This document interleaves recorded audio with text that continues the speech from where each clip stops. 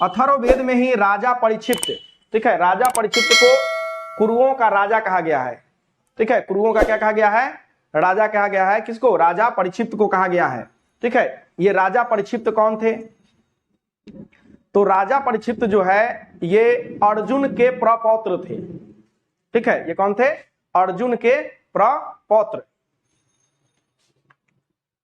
तो ये क्या होता है, इनके बारे में एक बहुत कहानी भी फेमस है कि राजा परीक्षित जब ये कलयुग का आगमन होने वाला था तो ये जंगल में थे, तो जंगल में इनको जो है सो कलयुग ने घेर लिया, और कलयुग ने जब इनको घेर लिया तो कलयुग इनसे मांगा कि महाराज अपने साम्राज्य में मुझे जो है कुछ जगह दीजिए।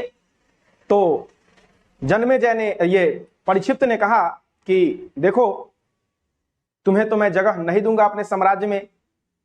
तो उसने कहा कि नहीं, कोई ऐसी जगह अपने साम्राज्य में कहीं तो मुझे थोड़ा सा जगह दे दीजिए। तो बोले कि मैं तुम्हें देता हूं 4 जगह, ठीक है। तो बोले कि मैं तुम्हें सोना में जगह देता हूं, ठीक है, जहां मदिरा का सेवन होता है वहां तुम्हें मैं जगह देता हूं, और जहां जुआ खेले जाते हैं वहां मैं जगह देता हूं, और जहां जो महिलाएं हैं,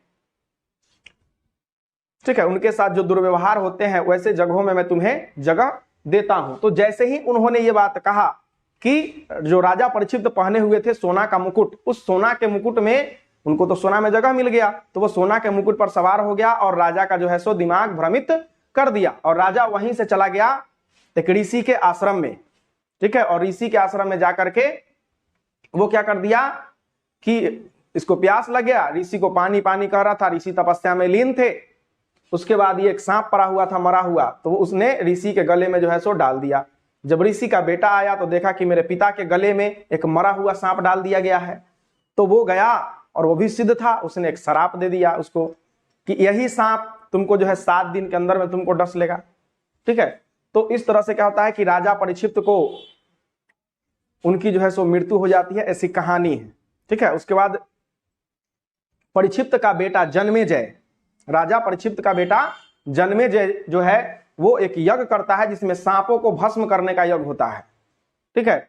तो सारे सांपों को जो है सो भस्म करने का उसमें यज्ञ होता है, यज्ञ में जो है आहुति होती है, सारे सांप जो है सो आकर के उसमें स्वाहा हो जाते हैं, ठीक है। और एक सांप जो है शंकर भगवान के पैर में लपटा जाता है, तो वो शंकर भगवान का सिंहासन भी आ जाता है वहां पे, तब अंतिम में शंकर भगवान उसको जो है छुड़वा देते हैं, ठीक है। तो वही बच जाता है, तो उसके साथ तय होता है कि तुम अपना एक भी अंडा नहीं छोड़ोगे, तो सांप जो है सारा अंडा फोड़ देता है, ऐसा कहावत है, ठीक है। लेकिन इसकी एक, ये तो